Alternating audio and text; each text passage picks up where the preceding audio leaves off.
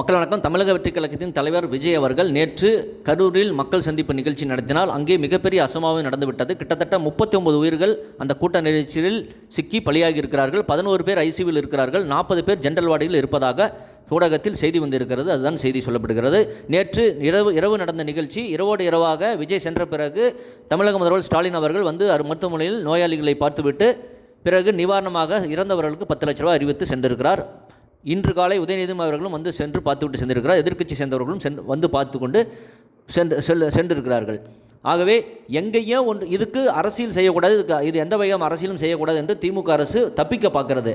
எங்கேயோ மணிப்பூரில் நடந்த சம்பவத்துக்கு பிரதமர் நரேந்திர மோடி பொறுப்பேற்க வேண்டும், பதவி விலக வேண்டும் என்று இங்கிருக்கு திமுக குரல் கொடுத்தது, கத்தியது, போராட்டம் பண்ணியது.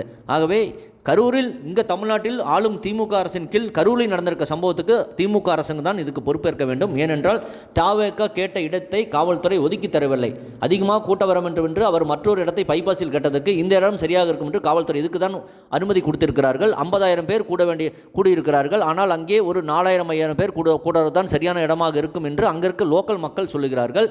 ஆகவே சரியான நேரத்துக்கு வந்து பேசாதது விஜயின் தவறுதான். அதுவும் காவல்துறை சரியாக ஒத்துழைப்பு தரவில்லை.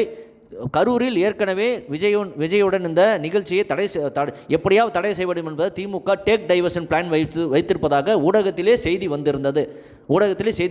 ஆகவே லோக்கல் அமைச்சர் செந்தில் பாலாஜி அங்கே இருக்கிறார். அவர் தான் இதை அவர் தான் இந்த மாதிரி திட்டத்தை வைத்திருக்கிறார் என்பதும் செய்தி வந்திருந்தது. ஆகவே திமுக அரசு அவர்கள் நடத்தும் கூட்டத்துக்கு மட்டும் போதுமான இடத்தை மாநாடாக போட்டுகிறார்கள். காவல்துறை 1000, 2000, 3000 காவல்துறை பாதுகாப்பு வைத்திருக்கிறார். ஆனால் எதிர்க்கட்சிக்காரர்களுக்கு எப்பொழுதுமே திமுக போடாதவருக்கு அனுமதி தருவதில்லை. திமுக தான் பாசிசம் தெரிகிறது, ஆனால் மோடியை பாசிசம் என்பார்கள்.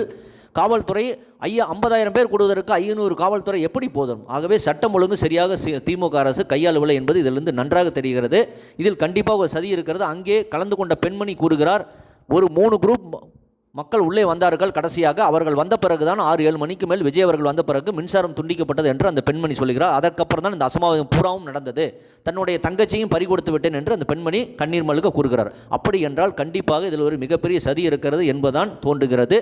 அப்படிதான் மக்களும் அங்கிருக்கும் மக்களும் நினைக்கிறார்கள். ஆகவே உள்துறை அமைச்சர் அமித்ஷா அவர்கள் முதல்வர் ஸ்டாலினிடம் ரிப்போர்ட் கேட்டிருக்கிறார். அந்த ரிப்போர்ட்டை வைத்து உடனடியாக சிபிஐ என்கொயரி நடத்த வேண்டும். அப்படி நடத்தினால்தான் இதில் மறைந்திருக்கும் உண்மைகள் கண்டிப்பாக வெளிச்சத்துக்கு வரும். கண்டிப்பாக இதில் எதிர்க்கட்சியாளர்கள் அரசியல் செய்யாமல் அவிழா செய்வார்கள் என்று முதல்வர் ஸ்டாலின் அவர்கள் எதிர்க்கட்சியாக தலைவராகவும் போட்டால் அப்பொழுது இப்போ இருக்க எதிர்க்கட்சி தலைவர்கள் திமுக அரசுக்கு எதிராக அரசியல் தான் பேசுவார்கள், கண்டிப்பாக பேசுவார்கள். இதில் கண்டிப்பாக மத்திய அரசு உடனடியாக சிபிஐ என்கொயரி வைத்து உண்மையை வெளிக்கொண்டு வர வேண்டும். கமெண்ட் பண்ணுங்கள், லைக் அண்ட் ஷேர் பண்ணுங்கள், சப்ஸ்கிரைப் பண்ணுங்கள். நன்றி, வணக்கம், ஜெய்ஹிந்த்.